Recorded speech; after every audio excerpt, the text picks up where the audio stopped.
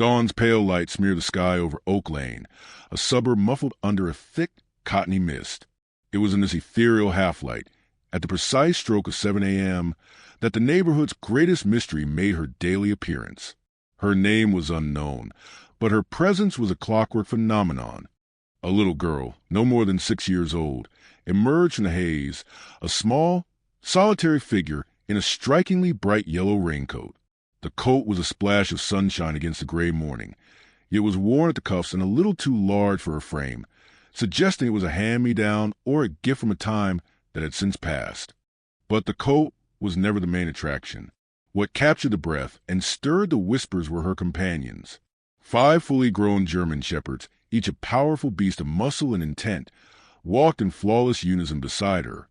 These 5 were her constant escorts. Their leashes were gathered in her small, gloved hands, not with strain or struggle, but with a calm, practiced authority that seemed to defy her age.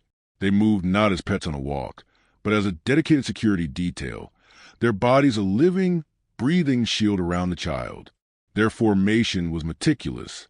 1 led the way, 2 flanked her sides, 1 followed closely behind, and the largest, a male with a scar above his brow and a weathered leather collar, stayed so close his shoulder brushed her leg. Their eyes, intelligent and alert, constantly scanned the environment, ahead, behind, the spaces between houses, missing nothing. This silent parade was as reliable as the sunrise. Every single morning, without fail, she would appear from the direction of the overgrown park, traverse the entire length of Oak Lane, and vanish around the bend near the gnarled old oak tree, just as the church bells began to chime a quarter past the hour. No adult was ever seen with her. No one knew where she came from or where she went.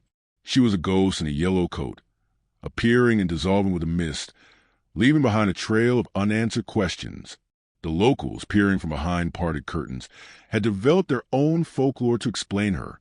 Old Mr. Anderson, who ran the corner grocery, believed she was the orphaned daughter of a Special Forces trainer, while Mrs. Gable, with her perfect rose bushes, was convinced the shepherds were retired police K-9s and the girl was a foster child, a theory she found both charming and concerning.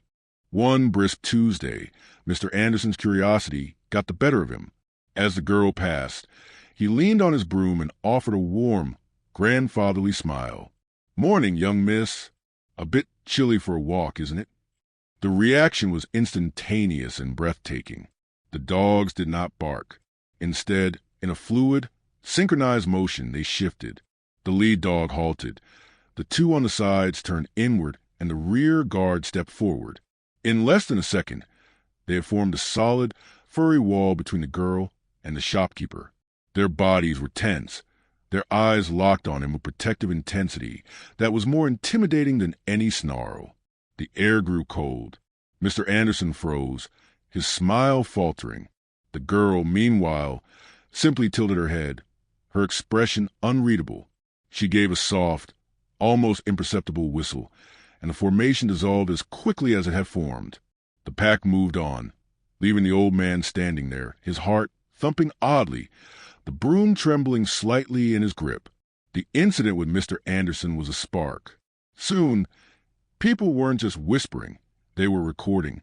From smartphone cameras held discreetly in upstairs windows, clips of the shepherd princess and her canine army began to flood the internet.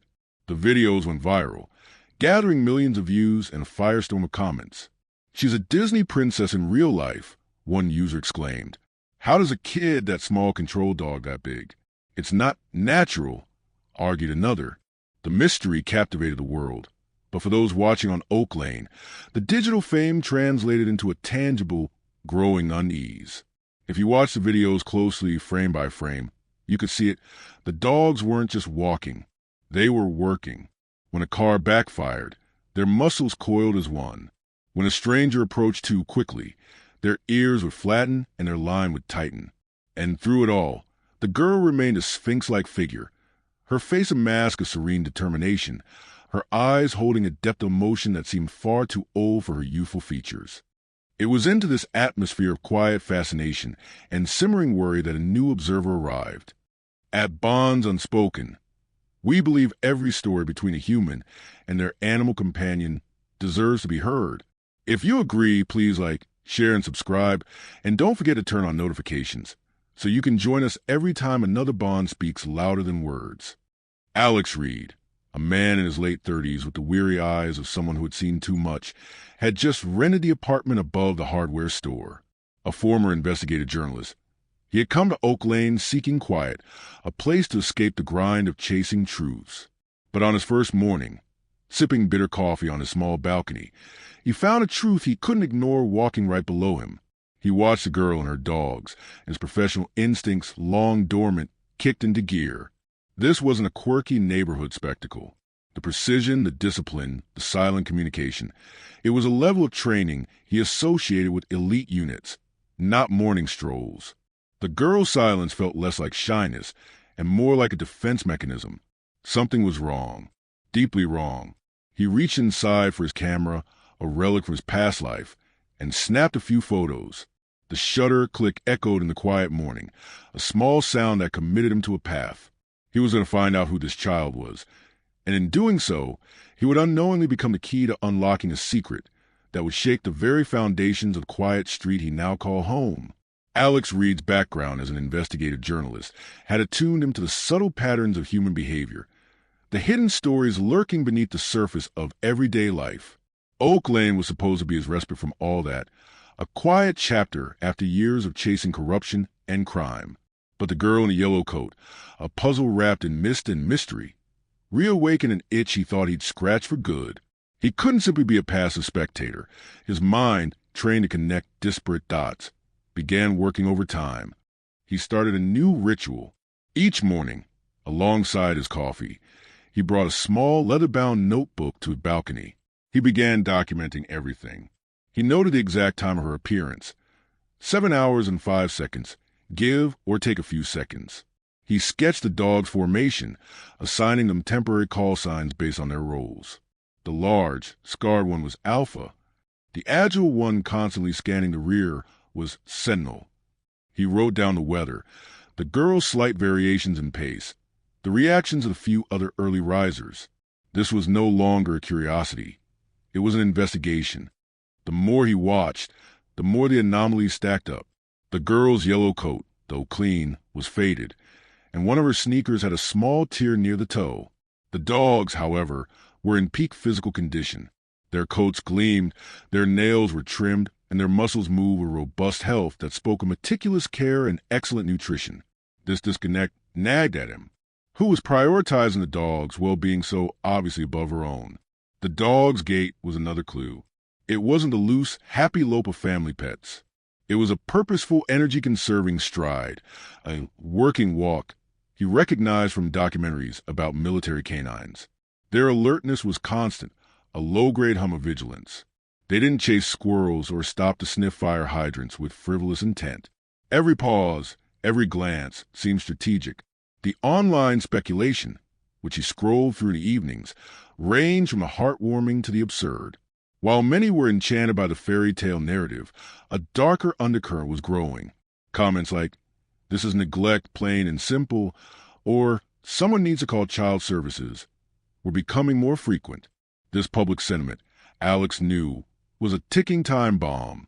It would only be a matter of time before official attention was drawn, and the chaotic intervention of authorities could shatter whatever delicate equilibrium this girl was living in. He felt a strange protective urge, not just to solve the mystery, but to somehow shield her from the looming storm of well-meaning, but potentially destructive bureaucracy. His breakthrough came on a Thursday morning. A delivery truck, larger and noisier than usual, rumbled down Oak Lane, its engine backfiring with a loud crack. The reaction was electrifying. Alpha instantly placed his body in front of the girl, while the two flanking dogs turned outward, creating a defensive perimeter. Sentinel positioned himself at the rear, letting out a single, sharp bark that was less a sound of panic than a clear signal. The girl didn't jump or cry out. Instead, her small hand came to rest on Alpha's back, a gesture of both reassurance and command. She whispered something, and the dogs, though still visibly tense, relaxed their offensive stances, allowing the truck to pass. The entire event lasted less than 10 seconds, but for Alex, it was an epiphany. This was trained behavior. This was a drilled response to a perceived threat. These dogs weren't just protecting her. They were responding to her commands with the precision of a seasoned team. Later that day, Alex decided to take a walk. He followed the route he saw her take every day, from his balcony to the bend near the old oak tree. The tree marked the unofficial end of the well-kept part of Oak Lane and the beginning of a more neglected area, where houses sat farther apart and fences sagged. He stood at the bend, looking down the narrow, cracked pavement of Cedar Street. It was a dead-end street, lined with a handful of old, somewhat dilapidated houses. The mist always seemed thicker here, the silence more profound. This was where she vanished. His eyes were drawn to the last house at the very end of the street. It was a two-story structure that had clearly seen better days. The white paint was peeling like a sunburn, revealing gray, weatherwood beneath. Several roof shingles were missing, and one of the upstairs windows was boarded up with a warped piece of plywood. The front yard was a tangle of overgrown bushes and wild grass, but he noticed a path worn through the vegetation, leading from the gate to the front door, a path made by many paws and one small pair of feet. As he stood there, a deep, resonant bark echoed from the direction of the house, followed by two others, slightly higher in pitch. There were more dogs inside. The sound wasn't the frantic barking of neglected animals. It was structured communicative. A chill that had nothing to do with the evening air ran down Alex's spine. The mystery had just deepened exponentially. The girl wasn't just walking 5 dogs. She was connected to a whole hidden world inside that crumbling house. The quiet of Oak Lane was a lie, and he was now certain that within those peeling walls lay a story of profound loss, unwavering loyalty, and a secret a little girl had been carrying all on her own. He turned and walked back to his apartment. The image of the derelict house burned into his mind. His journalist's curiosity was now fully fused with a human need to understand. He had to know what was in that house. He had to know who she was. The passive observation phase was over. The image of the dilapidated house at the end of Cedar Street refused to leave Alex's mind. It played on a loop behind his eyes as he tried to read, to watch television, to sleep. The juxtaposition was too stark, too wrong. A child, small and vulnerable, emanating from a place that looked like it was one strong wind away from collapse. The meticulous care of the dogs against the backdrop of such visible decay. His journalist's brain, a machine built for resolving cognitive dissonance, whirred incessantly, constructing and discarding theories. Was she a squatter? A runaway living in an abandoned property with the dogs as her only protection? The thought was horrifying, yet it didn't fully fit the pattern. The dog's discipline and health suggested a stability and routine that sheer survivalism wouldn't foster. He found himself digging into online archives, a familiar comfort in the digital silence of his apartment. He searched for missing children reports in the county over the last year, his stomach clenching with a dread he hadn't felt since his hardest-hitting investigations. He found nothing that matched her description. He expanded his search to news articles about local K-9 units, police officers, any incident that might involve German shepherds. The results were a scattered array of feel-good stories and routine reports, none pointing to mystery on Oak Lane. The lack of results was what mattered. The girl was a ghost in the system as much as she was in the morning mist. This only deepened the intrigue. How could a child, the center of a viral internet phenomenon, leave no paper trail whatsoever? The next morning, his observation took on a new, more urgent quality. He watched the girl not just as a subject, but as a person. He noticed the way her shoulders, small beneath the yellow coat, were set with a resolve that was heartbreakingly adult. He saw how, when she thought no one was looking, her head would droop for a moment, a weariness so deep it seemed to sink her small shoulders, gone in a blink, before she straightened up again and continued her march. She wasn't just walking. She was performing a duty. The dogs, in turn, were not just her guards. They were her support system. He saw the one he called Trooper gently nudge her hand with his nose every few minutes, a silent check-in. She would respond by scratching behind his ear, a tiny, almost invisible gesture of mutual comfort. This was a bond forged in something far deeper than simple ownership. It was a symbiosis of need. The decision crystallized during a sudden, brief downpour. One moment the air was damp, The next, a cold, relentless rain was lashing the street. The girl, caught in the open, didn't flinch or run. She simply pulled her hood up, and the dogs closed their formation even tighter, their bodies acting as a windbreak and a shield against the worst of the rain. They moved as a single, determined organism through the storm, their pace unchanging. Alex, from his dry balcony, felt a surge of profound admiration mixed with a piercing ache. No child should have to be that resilient. Whatever she was facing it with a courage that shamed his own passive observation from a distance. He could no longer be a man on a balcony. The potential theories were too dark, the need for answers too great. The risk of someone else, someone with less nuance or more malice, intervening first was growing with every viral view. He had to know. He had to see where she went when she disappeared behind that old oak tree. He had to get a closer look at the house that held so many secrets. The following day, he set his alarm for 6:30 a.m., a full half hour before her appearance. The sky was a deep, pre-dawn indigo, the streetlights casting long, lonely shadows. He dressed in dark, neutral colors, a practical habit from his days of stakeouts. His heart hammered against his ribs, a rhythm of guilt and anticipation. Was this an invasion of her privacy? Absolutely. But was it driven by a genuine desire to help, to understand that she was safe? He clung to that justification. He was also driven by a fear of someone with less nuance intervening. He positioned himself not on his balcony, but at street level, leaning against the brick wall of the hardware store, partially obscured by a large recycling bin. Right on time, he heard the soft, synchronized pattering of paws on wet pavement. He held his breath as she passed, no more than 20 feet away. Up close, the details were even more pronounced. The frayed edges of her coat sleeves, the quiet, steady rhythm of her breathing, the absolute focus in the dog's eyes as they swept the street, their gazes passing over his hiding place without pause. He waited until they were a good 50 yards ahead, then, with a deep, steadying breath, he began to follow. He kept a generous distance, using parked cars and trees as cover, his movement slow and deliberate. He felt a familiar adrenaline, the kind he hadn't felt since chasing a major story, but this was laced with new, unfamiliar emotion, a protective fear. He wasn't following a source. He was following a child. They moved through the waking neighborhood, a silent procession of one. The bakery's lights flickered on. The bookstore was still dark. The park sprinklers hissed to life. It was the same route he'd watched from above, but from the ground, it felt different, more intimate, more real.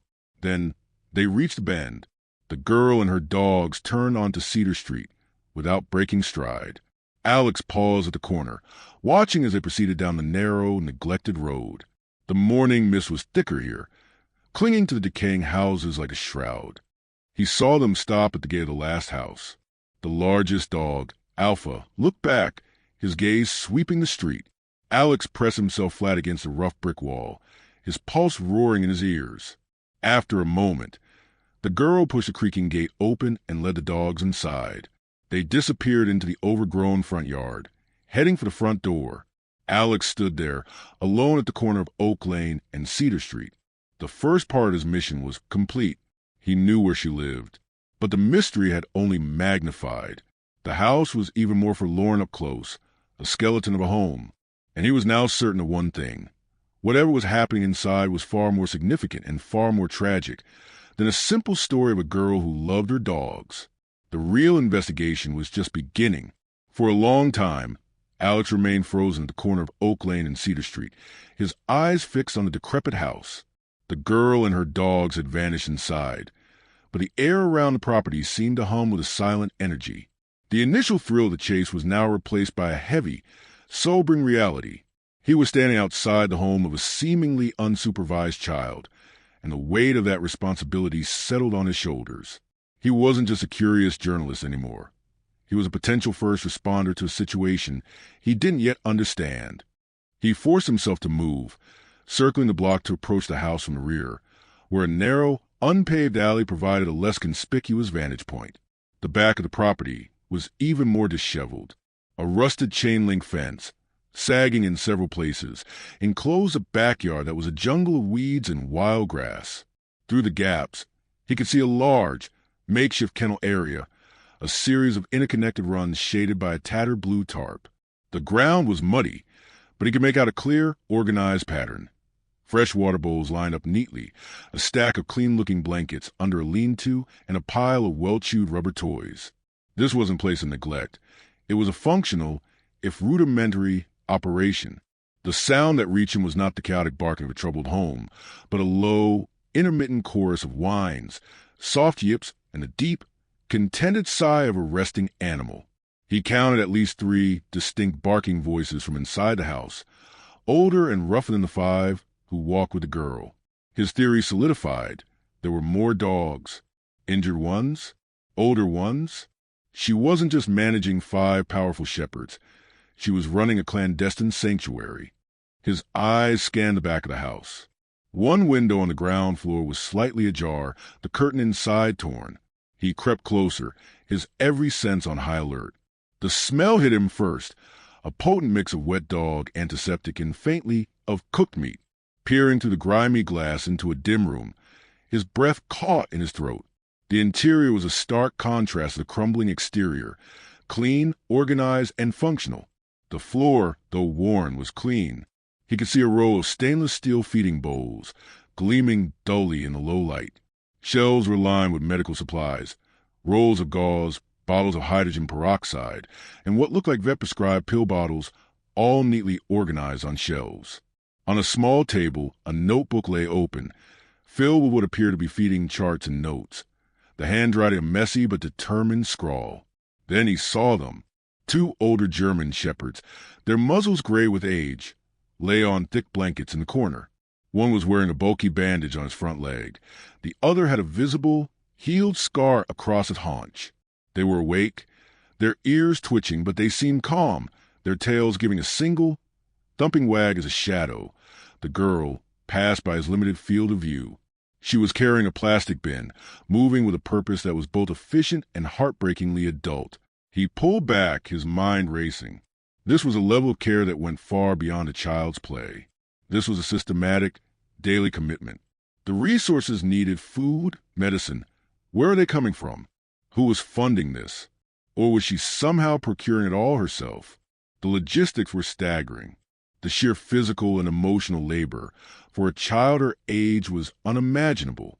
As he retreated back down the alley, his foot kicked something half buried in the mud near the fence line. It was a small, torn piece of fabric, dark blue. He picked it up, brushing off the dirt. It was tough, durable material, and on a surviving fragment, he could just make out a faded insignia, a stylized shield. It was a patch from a uniform. A police uniform? His heart hammered against his ribs. This was the first tangible piece of evidence, a direct link to something official, something structured. The retired K-9 theory was now screamingly probable. He left Cedar Street that morning with more questions than answers, but the nature of the mystery had fundamentally changed. It was no longer about who the girl was, but why she was. Why was she alone? Why was she dedicating her life to caring for these animals in secret? The image of the clean interior, the medical supplies, and the 2 old, wounded dogs painted a picture of a sacred duty, a promise made and kept in the shadows. The danger was no longer just about a child living in a crumbling house. It was about the immense, fragile world she was holding together entirely on her own. The secret was no longer just hers. He was now his unwilling and deeply worried keeper. But how could he help without bringing the very disaster he feared? The image of the girl's scar and the sound of her voice, "You did good, Bravo," haunted Alex through a sleepless night. The incident with the motorcycle had shattered any remaining illusion of this being a quaint neighborhood mystery. This was a situation with real, tangible danger, and the child was at the center of it. His journalist patience had evaporated, replaced by an urgent need for definitive answers. He had to know who she was and what she was protecting inside that house. He decided he would look when she was away on her morning walk. It was the only window he had. The next morning, the air was thick with a dense fog that muffled sound and reduced visibility to a few dozen feet. It was perfect cover. As the church bells chimed 7:15, Signaling that the girl and her 5 guardians were well on their route, Alex crossed Oak Lane and turned onto Cedar Street. The dilapidated house loomed out of the mist like a ghost ship. Up close, the neglect was even more apparent. Paint peeled off in long, curling strips, and the front porch sagged dangerously. The air smelled of damp wood and wet earth. He pushed open the creaking gate, wincing at the sound. The front yard was a tangle of overgrown bushes, but a narrow, well-trodden path led to the front door. He tried the knob. It was locked. Circling to the back, he found the same organized chaos he'd glimpsed before. The makeshift kennels were empty now, but the clean water bowls and stacked blankets confirmed the ongoing meticulous care. His eyes fell on a small, open shed tucked against the side of the house. Inside were stacks of empty, high-quality dog food bags, a worn-out leather leash, and several cans of antiseptic spray. Then, in the corner of the shed, half hidden under a dusty tarp, he saw it, a heavy-duty wooden crate. He pulled the tarp back, dust motes dancing in the weak morning light. Stenciled across the side in faded but unmistakable black letters were the words, K-9 Unit, Property of Metro Police. Alex's breath caught. This was it. The smoking gun. This wasn't just a theory anymore. It was a fact. These dogs were, or had been, police property. But how did they end up here? Were they stolen? Retired? The paperwork for retired K-9s was extensive. They didn't just end up in the care of a child in a derelict house. The situation felt more precarious than ever. A sudden, low bark from directly behind him made his heart leap into his throat. He spun around. Standing in the doorway of the shed was another German shepherd. This one was old, its muzzle gone completely gray, and it held one of its front paws slightly off the ground, as if favoring an old injury. It didn't bark again. It simply stared at him. Its gaze wasn't hostile, but assessing, as if granting him temporary passage. It was as if it was deciding whether he was a threat. For a long moment, man and dog stood frozen in the silent mist. Alex slowly held out a hand, palm down, a universal gesture of non-threatening intent. The old dog took a single, limping step forward, sniffed the air, then turned and limped back toward the house. It paused at a broken section of the back door and slipped inside without a sound, his pulse still racing. Alex approached the back window he had peered through days before. The curtain was still slightly askew. He pulled out his phone, using the camera to zoom in and stabilize the image, giving him a clearer view than his previous frantic glance. He panned across the interior. The room was a functioning infirmary and living space. Neatly organized medical supplies. The notebook open on the table, filled with what he could now see were dosage charts and feeding schedules. And then, draped over the back of a worn armchair, was a bundle of dark blue fabric. He zoomed in further. It was a police uniform jacket. The badge glinted faintly in the dim light, a silent testament to her connection. He couldn't make out the name, but the presence of the uniform alongside the K-9 crate painted a heartbreaking picture. This wasn't a case of neglect or delinquency. This was a legacy. This girl was connected to a police officer, and she was, against all odds, upholding some part of his duty. He retreated from the property as quietly as he had come, the fog swallowing him whole. The discovery should have brought clarity, but it only deepened the mystery and his concern. She was the daughter of a police officer. Where was he? Was he deployed? Had he abandoned her? Or was the truth, as the grim state of the house and the presence of the uniform perhaps suggested, something far worse? He now had concrete evidence, but he was more conflicted than ever. Going to the police with this information felt necessary, but the potential consequences were terrifying. Would they see a hero's daughter or a runaway child harboring official police property? Would they help her, or would they take the dogs, the very foundation of her world, away from her? The fragile trust he had just begun to build with a single, silent look from an old, limping dog would be shattered. He was holding a secret that could either save her or destroy everything she was fighting for. The inevitable happened with a chilling lack of ceremony. 3 days after Alex's discovery in the shed, a white van with city animal control, stenciled on the side in bold, blue letters pulled up to the curb on Cedar Street. It was followed by a single unmarked sedan. Alex, who had been watching the house with a knot of dread in his stomach from his now habitual post across the street, felt his blood run cold. The online whispers in his own viral video had finally manifested into a tangible, bureaucratic threat. Two men stepped out of the van. The older one, with a weary, lined face, carried a clipboard. The younger one adjusted a belt that held a catch pole and a tranquilizer gun. A woman in a crisp blazer emerged from the sedan, a social worker, Alex guessed. Their expressions were a mix of professional resolve and mild apprehension. They had clearly seen the videos. "This is it," the younger animal control officer said, nodding toward the house. 5 shepherds, minimum, under a minor's care. No adult guardian on record. We'll have to impound them for assessment. The older officer shook his head slightly, his eyes scanning property.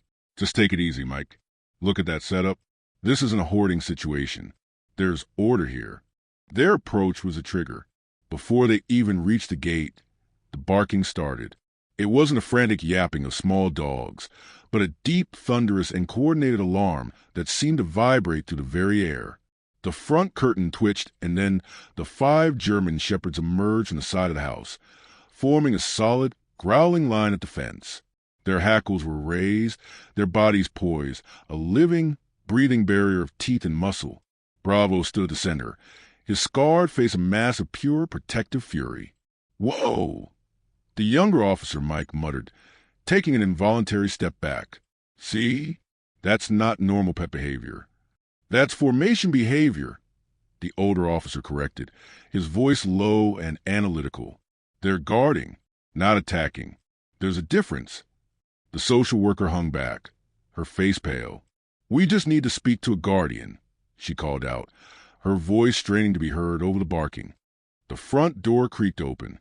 The little girl appeared, her small frame silhouetted in the doorway.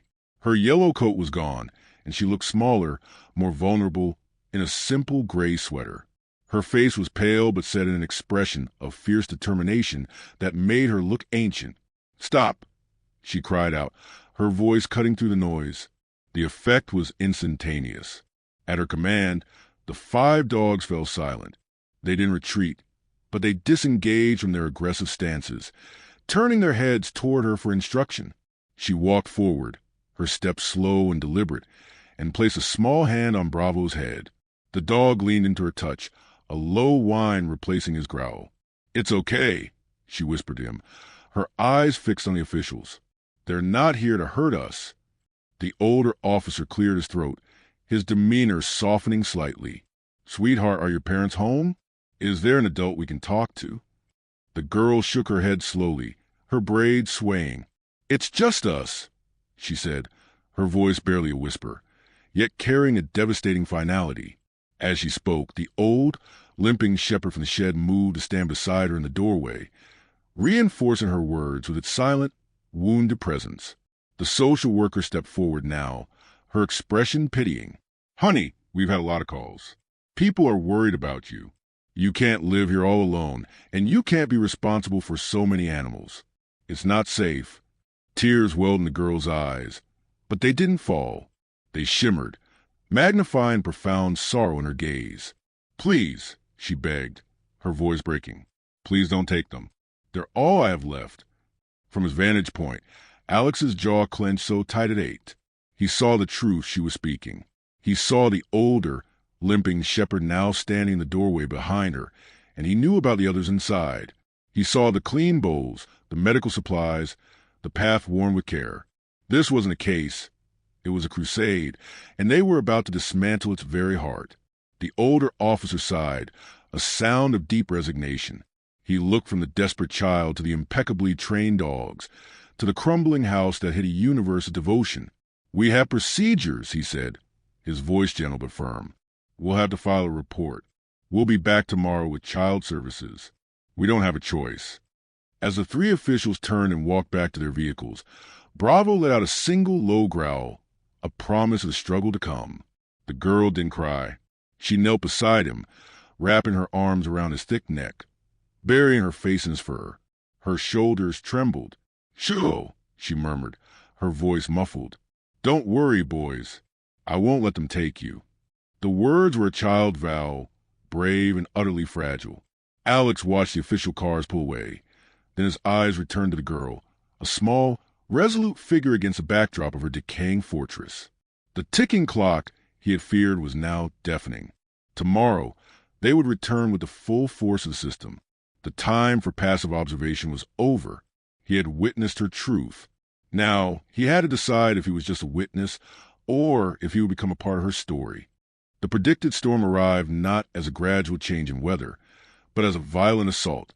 By nightfall, wind howled down Oak Lane like a vengeful spirit, tearing shingles from roofs and sending trash cans clattering down the street.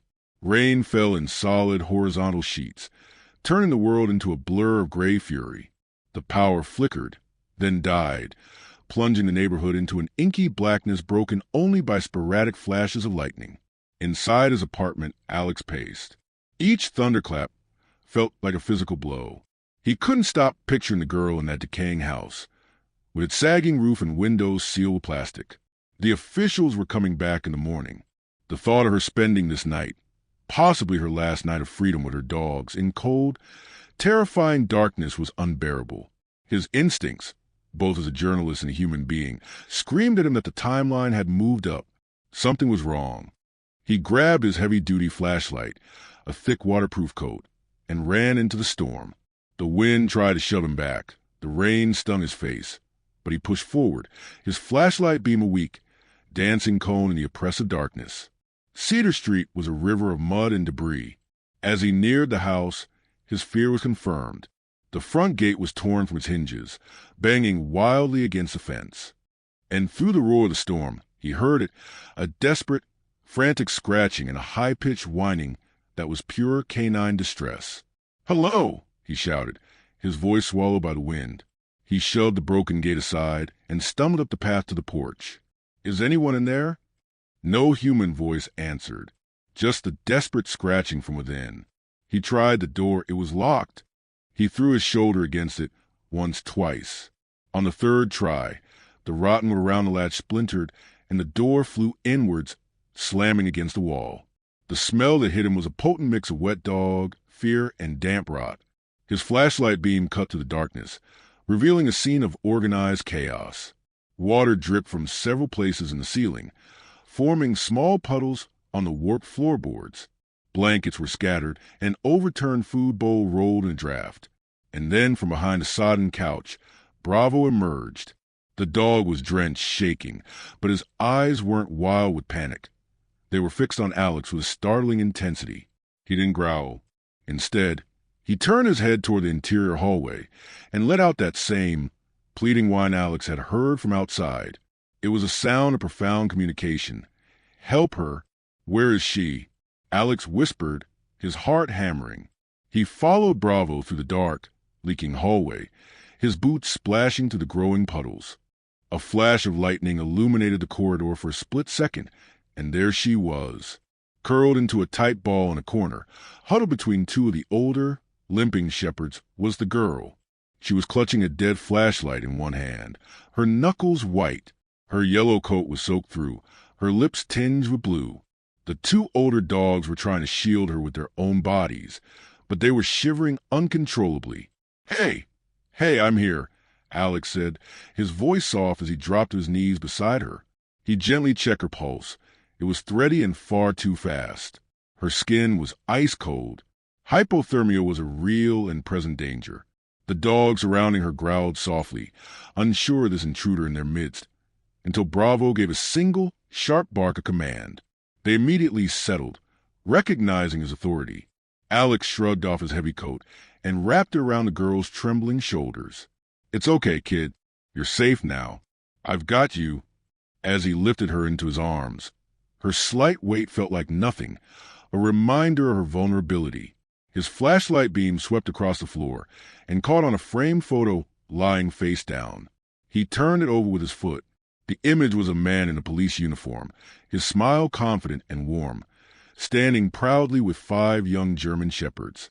His nameplate was clearly visible, Officer Daniel Carter, K9 unit. The resemblance was undeniable. She had his eyes, he whispered to himself. This was her father. A truth he had suspected now stared back at him, a frozen moment of happiness from a shattered past. A tremendous crack of thunder shook the house, and a section of the ceiling in the living room gave way with crash, letting in a torrent of rain. They had to get out. Now, holding the girl close. With Bravo and the other dogs following close on his heels, Alex stumbled out of the crumbling house and into the raging storm. He carried her back to his apartment, to warmth and light generated by his building's backup power. He wrapped her in dry blankets, and the 5 loyal shepherds, sensing the crisis had passed, settled around the couch where she slept, forming their familiar protective circle.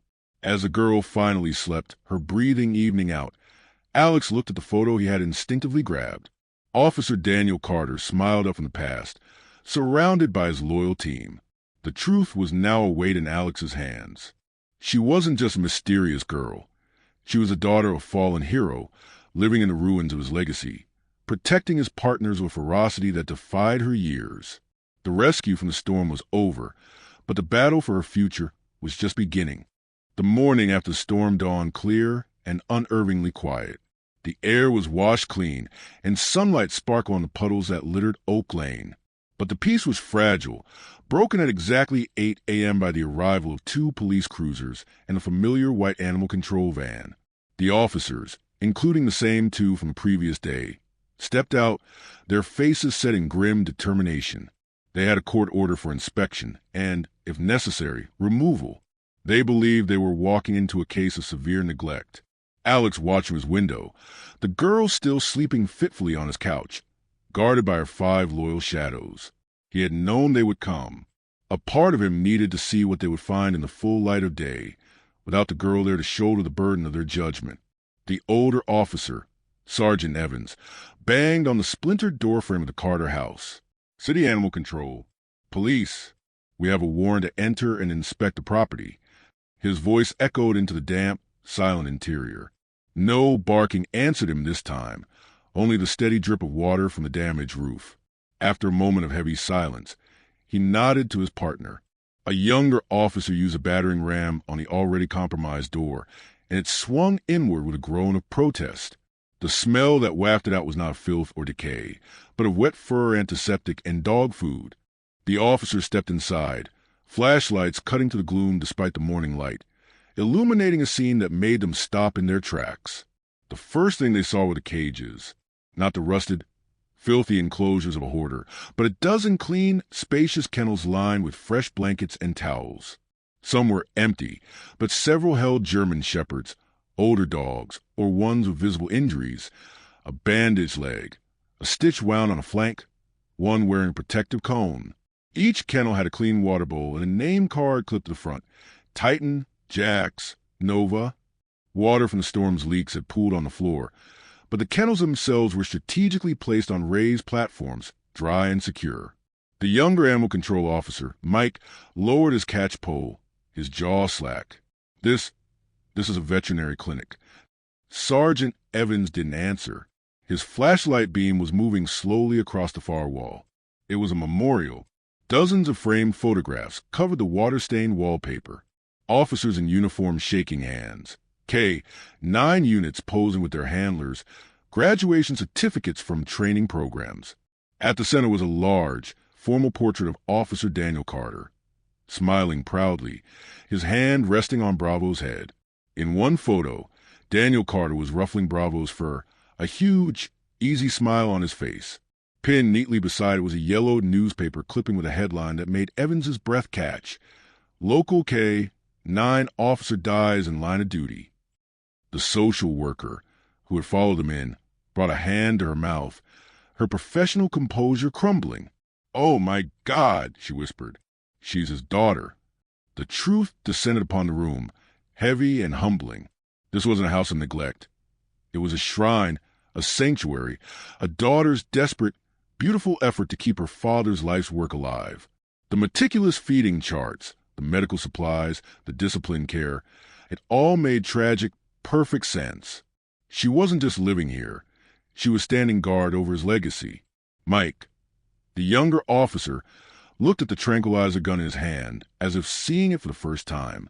He slowly slid the tranquilizer gun back into its holster, his professional resolve crumbling. We can't take them," he murmured, his voice thick with emotion. Not after this. It would be a desecration. Sergeant Evans nodded slowly, his eyes still fixed on the photo of Daniel Carter. The stern resolve had melted from his face, replaced by a deep, respectful sorrow. "No," he agreed, his voice rough. "We can't." He looked around the room, at the injured dogs watching them calmly from their clean beds. They weren't scared. They were being cared for. This is something else entirely. The officer spent the next hour not seizing animals, but quietly assessing the structural damage from the storm, making notes on what would be needed to make the place safe. They left without taking a single dog. The only thing they attached to the shattered door was a notice of temporary guardianship, granting Alex emergency custody while the situation was untangled, and a promise to return with help, not handcuffs. As their vehicles pulled away, the sunlight streamed more boldly through the broken windows, illuminating the photo of Officer Carter. The battle they had come to fight was over before it began, defeated not by defiance, but by the overwhelming power of a child's love and loyalty. The secret was out, and in its place was left a profound and humbling respect. The little girl had not been hiding a problem. She had been protecting a promise. And now, finally, others were beginning to see it. Behind the waterlogged boxes, a warped door in the hallway led not to another room, but down into darkness. After the police and animal control had left, a heavy silence settled over the storm-ravaged house. Alex stood in the living room, the official notice of temporary guardianship feeling like a lead weight in his hand. He had the girl safe, and the dogs were secure for now, but the core of the mystery still pulsed in the back of the house. He remembered the old, limping shepherd, the one that had watched him with such knowing eyes. That dog had come from somewhere deeper within. His flashlight beam cut through the dimness, more out of habit than necessity in the growing morning light. He moved past the kitchen, down the short hallway to the rear of the house. Behind a stack of waterlogged boxes, partially concealed by a heavy, mildewed tarp, was a door he hadn't noticed before. It wasn't a normal door. It was a horizontal trap door, set into the floor. It was warped, but its iron latched out. He knelt, brushing away grime and dust. The latch was stiff, but with a firm pull, it released with a rusty groan. He lifted the door, revealing a steep set of wooden stairs descending into a darkness that smelled of old wood, dry earth, and faintly of oil and polish. A profound sense of trespass washed over him. This felt more sacred than the room upstairs. This was the inner sanctum. He descended carefully, the old steps creaking under his weight. The basement was not a damp, earthen cellar as he'd expected. It was a finished space, small and windowless, but meticulously organized. His flashlight beam danced over the contents, and his breath caught in his throat. The walls were a tapestry of memory. Dozens of photographs, neatly framed, depicted a life of service and love. Officer Daniel Carter in various stages of his career, always with his dogs. There were training certificates, letters of commendation, and childish drawings of men and dogs that could only have come from his daughter's hand. Shelves were lined not with junk, but with supplies. Seal bags of premium kibble, stacks of clean blankets, and a comprehensive array of veterinary supplies far beyond the basics upstairs. But in the center of the room, under a single bare light bulb he dared to switch on, was the soul of the sanctuary, a large handcrafted wooden chest. Its surface stained a deep, rich brown, sat with solemn dignity. Draped over it was a carefully folded police flag, its blue and black fabric a stark, formal contrast to the rustic wood. On top of the flag rested a single, framed photograph of Daniel Carter, his smile easy and warm, his arm around a younger, smiling Bravo. Carved into the lid of the chest was a simple, powerful inscription, for the ones who never left his side. Footsteps on the stairs made him turn. The little girl stood there, still wrapped in his oversized coat, Bravo at her side. Her face was pale, but her eyes were clear and calm, as if she had been expecting this. "I knew you'd find it," she said, her voice soft but no longer fearful. She walked to the chest and placed her small hand on the carved wood, her touch reverent. "You shouldn't be here," Alex said, his own voice hushed. "You need to rest." She shook her head. "I had to come. They get scared after a storm. My dad, he used to say that thunder sounds like the battlefield." She looked at the photo on the chest, her expression infinitely sad. He trained them all here. This was his place. He fixed the ones that got hurt, gave them a home when they were too old to work. Alex's gaze swept the room, the sheer scale of her undertaking finally crashing down on him. You did all this? By yourself. She nodded, a single tear tracing a path through the grime on her cheek. After he didn't come back, they sent the dogs away, to different places. But they kept running away. They kept trying to come home. One night, Bravo found me. He led me here. She took a shaky breath. He told me once, heroes don't always wear badges. Sometimes they have paws. I promised him I'd never leave them behind. The simple, devastating courage of that promise filled the small basement. She hadn't chosen this life. It had been entrusted to her. She was the keeper of the flame, the guardian of the loyal hearts her father had left behind.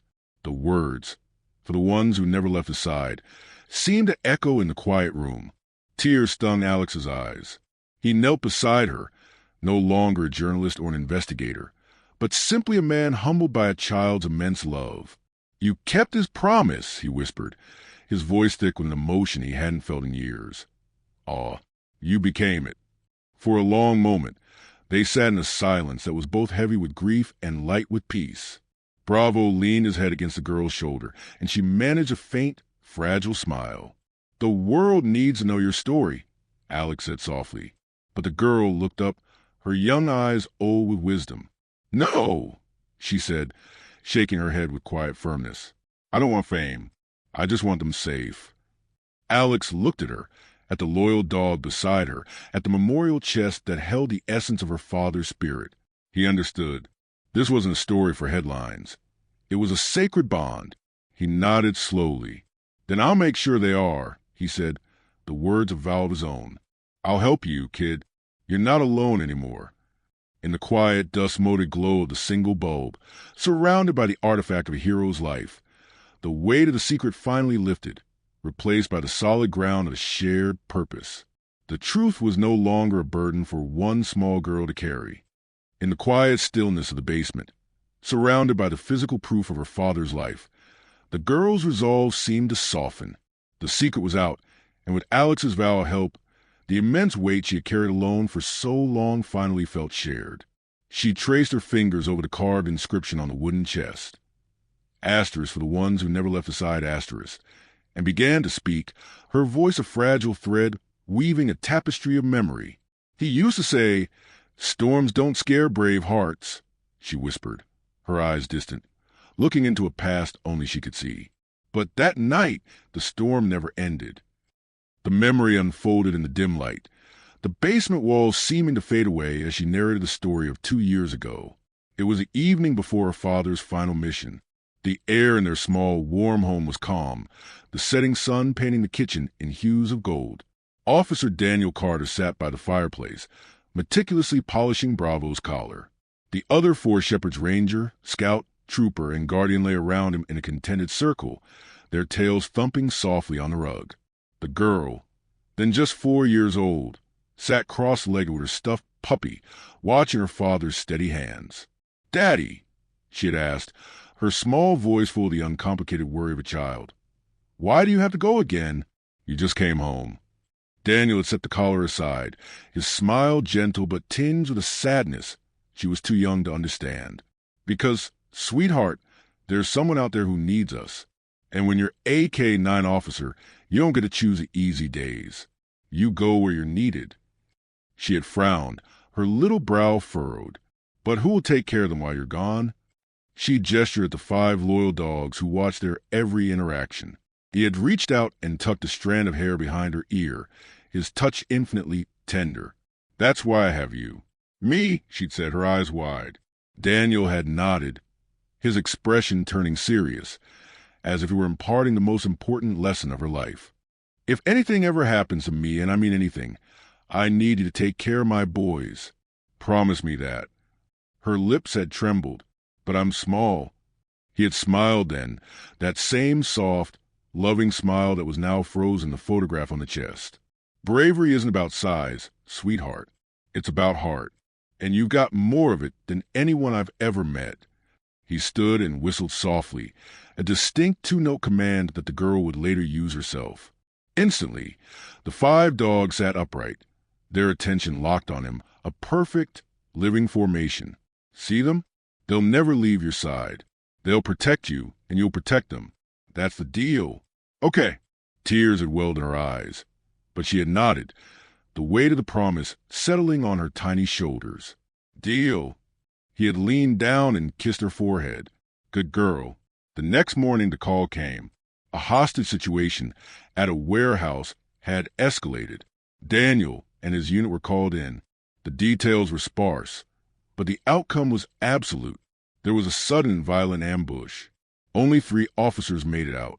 Officer Daniel Carter, while shielding Bravo from a hail of gunfire, was not one of them. That night, a different storm raged, one of wind, rain, and utter despair. The little girl woke to the sound of rain hammering the roof and a cold emptiness in the house. She crept from her room to find Bravo sitting at the front door, his fur soaked, his eyes holding a sorrow so deep it mirrored her own.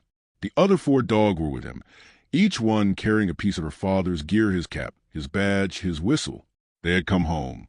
Without him, they had found their way back to her, just as he said they would. And from that night on, she knew her part of the deal had begun. She never let them go. The memory faded as Bravo whined, nuzzling her hand back to present. The girl stood silently, fresh tears glistening on her cheeks in the low light. He kept his promise, she whispered, her voice barely audible. Her small hand rested on Bravo's head, connecting past the present. They never left my side. Now it's my turn. Alex, his own vision blurred, looked at this child, this tiny, colossal force of will. She had not just inherited dogs. She had inherited a mission. She had turned a parent's final request into a sacred, daily practice of love and loyalty. He placed a gentle hand on her shoulder. You didn't just keep his promise, he said, his voice soft with awe. You became it. Above them. The photograph of Officer Carter seemed to watch over them, his smile no longer just memory, but a living presence in the courage of his daughter. The bond between father and child, between girl and dogs, was now unbreakable, a legacy of bravery that had been passed on not through words, but through action, through sacrifice, and through the unwavering loyalty of a promise kept. The truth, once set free, spread to the town like a cleansing rain. The story that broke wasn't the one of a neglected child or dangerous animals, but narrative so powerful it silenced critics and melted cynicism. Alex had kept his word, not speaking directly to reporters, but the officers who had witnessed the sanctuary, their hearts broken open by what they saw, couldn't contain the revelation. By noon, the narrative had flipped entirely. Reporters descended upon Oak Lane once more, but their cameras now sought not a spectacle, but a hero. The headlines scrolling across news feeds and television screens were ones of reverence. Daughter of fallen officer carries his legacy, the little girl who kept a promise to her hero father, and simply, courage in a yellow coat. Neighbors who had once whispered behind their hands now stood in their front yards with expressions of profound guilt and awe. Their expressions had changed from curiosity to somber respect. Mrs. Gable, from the house with the perfect roses, clutched a basket of fresh-baked bread, her hands trembling. All this time, she murmured to no one in particular, her voice thick with emotion. We thought she was strange. We were judging her. We never realized. She was doing her father's work. A quiet crowd gathered at the corner of Oak and Cedar, not to gawk, but to pay their respects. When Alex stepped out of his apartment to check the mail, he was immediately surrounded by microphones. Is it true? A reporter asked, her voice earnest. Did that little girl single-handedly care for retired and injured police canines? Alex looked at the sea of faces, seeing the shift from suspicion to somber respect. Yes, he said, his voice steady and clear. And she did it with more dedication and love than most adults could ever muster. She wasn't hiding a problem. She was honoring a hero.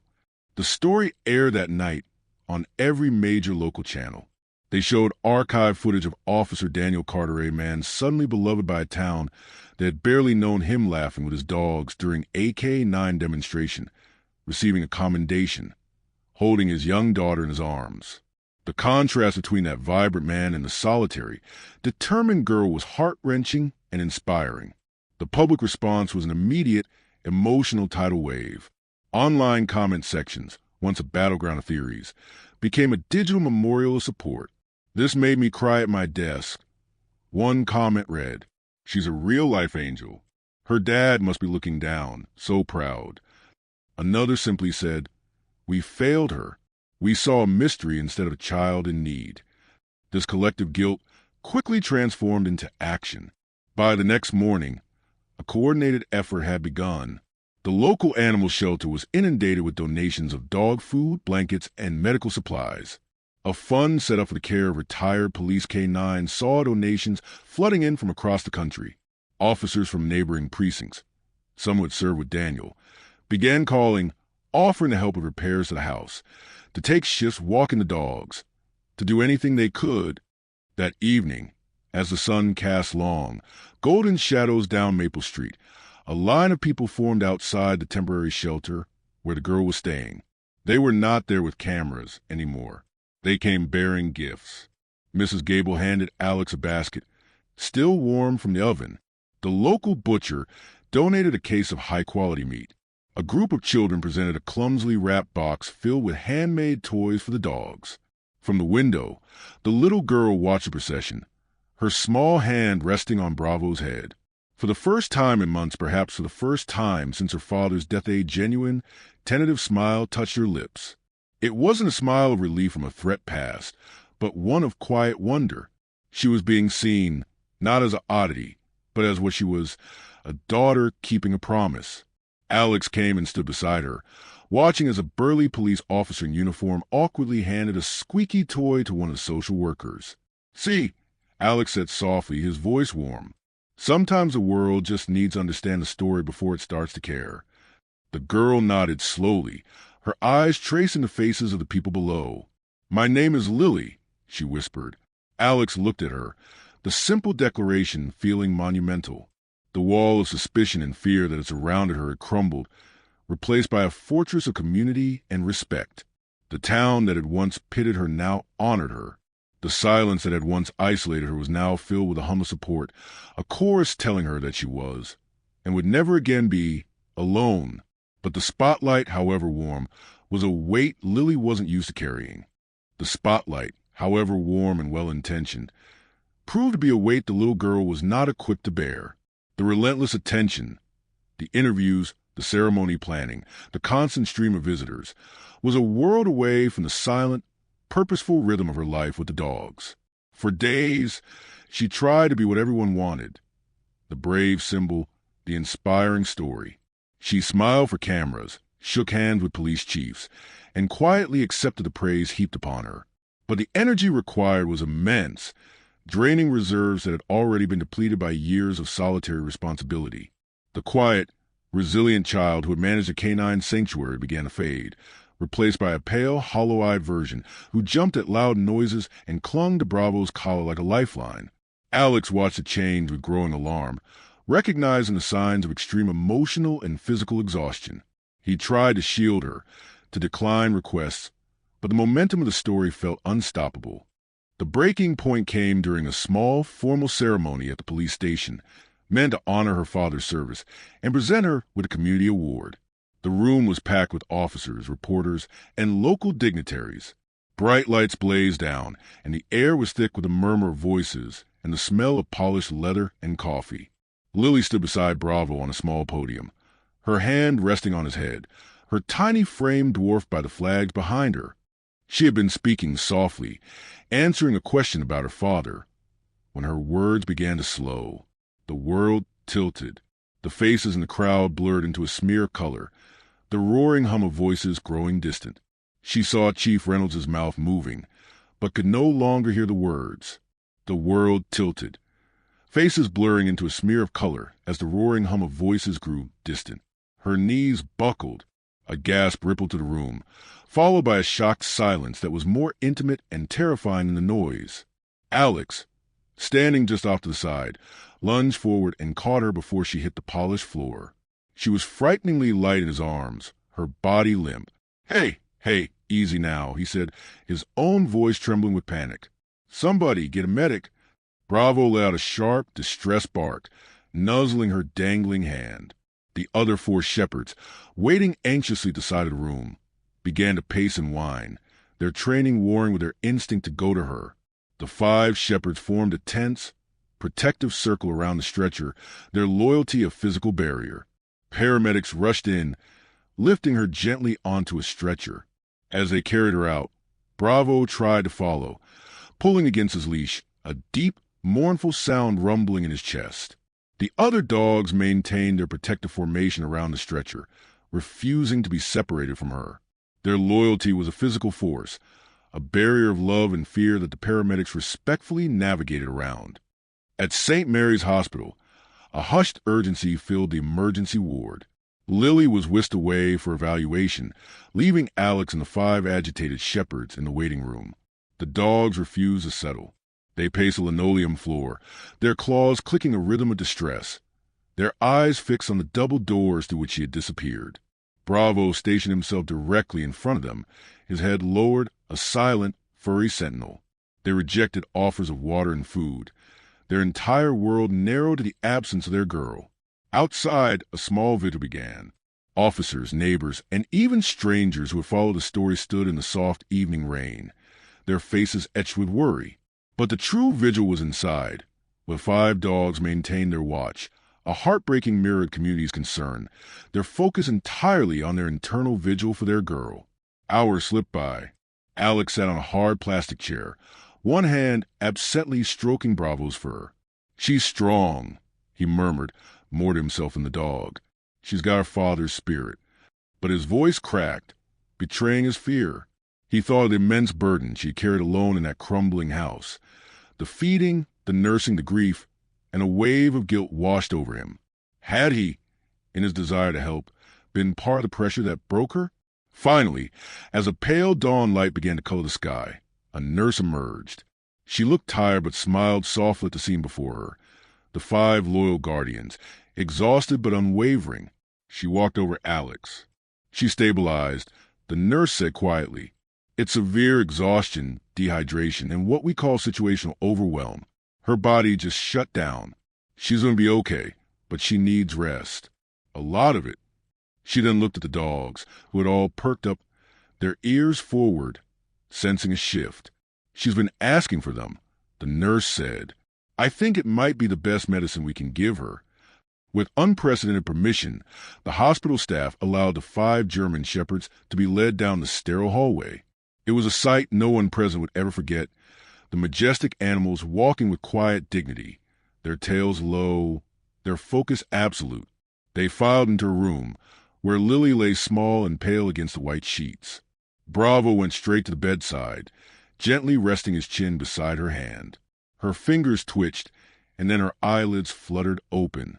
She looked at him, her vision clearing, and a weak but genuine smile touched her lips. "Bravo," she whispered, her voice hoarse but warm. His tail gave a single, soft thump against the floor. From the doorway, Alex watched, his eyes wet with relief. The crisis had passed. The world outside was ready to celebrate her as a hero, but here, in this quiet room, she was just a girl with her dogs, finding her strength again in the one constant that had never failed her. The battle wasn't over, but for now, the heart of the promise was still beating. The morning sun streamed softly through the hospital window, painting the white walls with gold. Lily sat propped up in bed, a knitted blanket around her shoulders, her small hand resting on Bravo's head where he lay beside her. The other 4 shepherds were curled at the foot of the bed or lying calmly on the floor, their watchful eyes missing nothing.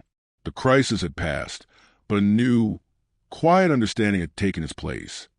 Her limits were real, and her well-being was now a shared responsibility.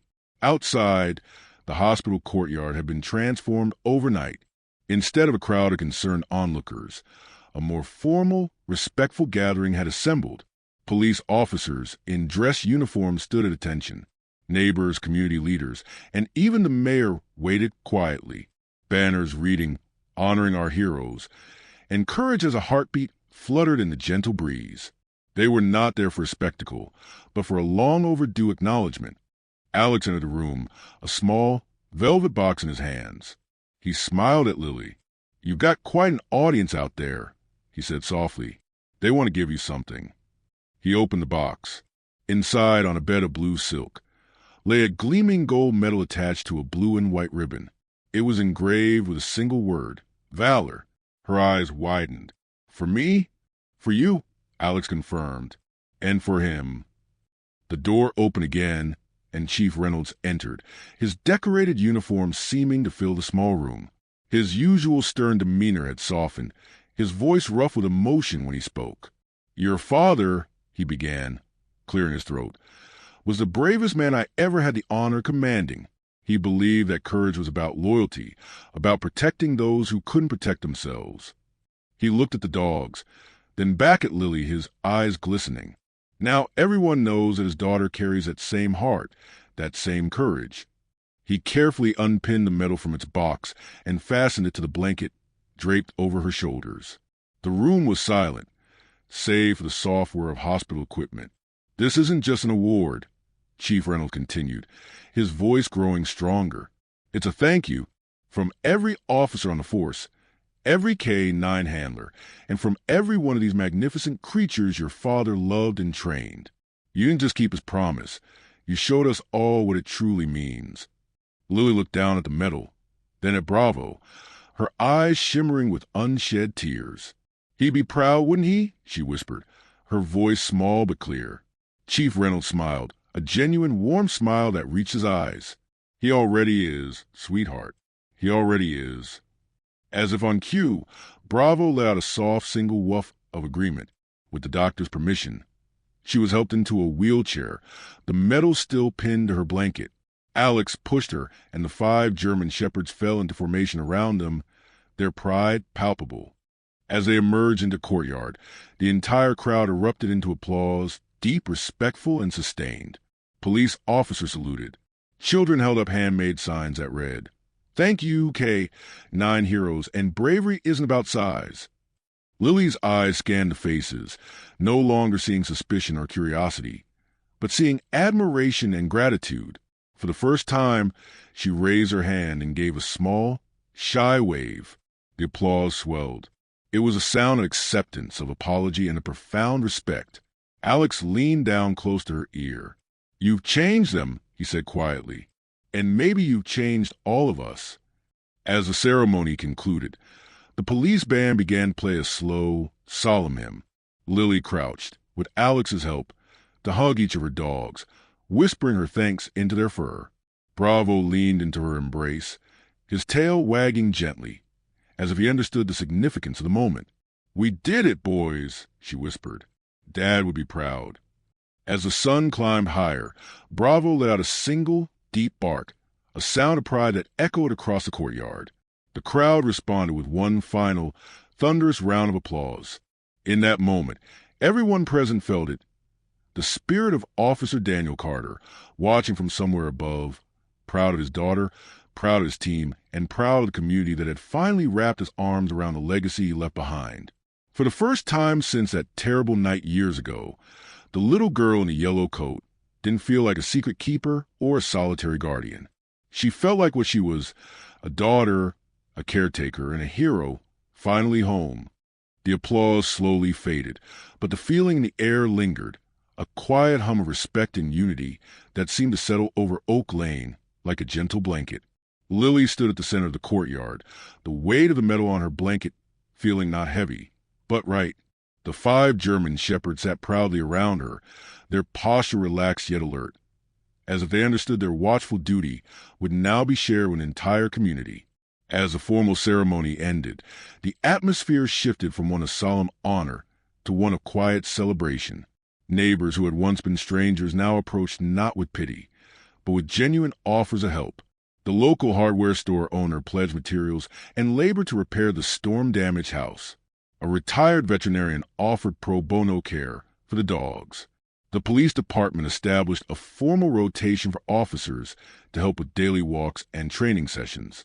Alex watched from the sidelines, a sense of profound peace settling over him. The story that had begun as a mystery had become something far greater, a lesson in compassion, a testament to the enduring power of loyalty. He watched as Lily, for the first time, allowed herself to be a child. She laughed when a young boy nervously offered treat to Scout, and she smiled a real, unburdened smile when Mrs. Gable presented her with a new, properly fitting yellow coat. Later that afternoon, as the sun began its descent, painting the sky in shades of orange and purple, Lily and her dogs began their walk home. But this time it was different. They weren't a solitary, mysterious unit moving through silent streets. They were a procession of hope. Alex walked beside her, and following at a respectful distance were Chief Reynolds, a few uniformed officers, and several neighbors. It was no longer a walk of secrecy, but one of belonging. When they reached the old house on Cedar Street, Lily paused at the gate. The broken hinge had already been temporarily fixed by a neighbor. She looked at the peeling paint and the sagging porch, but now she saw not a crumbling burden, but a project, a future. "I'm going to keep helping dogs like them," she said to Alex, her voice clear and steady. Her voice had that same determined tone her father's must have had. The ones who are too old or too injured or who nobody else wants, just like Dad did. Alex looked down at her, at the determined set of her jaw that so reminded him of the man in the photographs. "Then I guess we got work to do," he said, a smile spreading across his face. As they walked up the path, the dogs trotted ahead, their tails wagging, their shadows stretching long behind them in the golden light. It was a picture of perfect harmony. 6 hearts beating as one, bound by a promise that had weathered suspicion, storm, and sorrow, and had emerged stronger than ever. The camera of a local news crew, discreetly positioned across the street, captured that final moment. The little girl in her new yellow coat, surrounded by her loyal guardians, walking toward a home that was no longer a secret hideaway, but a recognized sanctuary. The image would become iconic, symbolizing not an end, but a beautiful beginning. That night, as the stars emerged over Oak Lane, Lily sat on the repaired porch steps, Bravo's head resting in her lap. The sounds of the neighborhood were different now. Not whispers, but the comfortable sounds of life, a distant lawnmower, children playing, the friendly greeting of a passing neighbor. The silence that had once been filled with fear was now filled with peace. She wasn't just a girl who walked her dogs anymore. She was Lily Carter, daughter of Officer Daniel Carter, keeper of his legacy, and a heart of community that had rediscovered its own compassion through her courage. The memory of her father was no longer a ghost haunting a crumbling house. It was a living presence in every repaired fence, every donated bag of food, every respectful salute from a passing officer. The story that had started with viral curiosity ended with a profound truth, that heroes indeed don't always wear uniforms. Sometimes they wear collars of loyal service, and sometimes they are small figures in yellow coats, raised by the love of a hero and destined to become one themselves. In the distance, the gentle chime of the church bells began to ring, the same bells that had once marked her solitary walks. As Lily looked up at the first stars twinkling in the twilight, she whispered the words she knew her father was waiting to hear. "We're home, Dad. We're finally home." And in the quiet of the evening, surrounded by her faithful companions and a community that had become family, the legacy of courage, love, and loyalty was secure, ready to be written in a new chapter, one paw print and one heartbeat at a time. If stories like this touch your heart, don't forget to like, share, and subscribe to Bonds Unspoken. Every click helps us share more incredible moments that celebrate the bond between humans and animals. And be sure to turn on the notification bell so you never miss a story that reminds us what true loyalty feels like.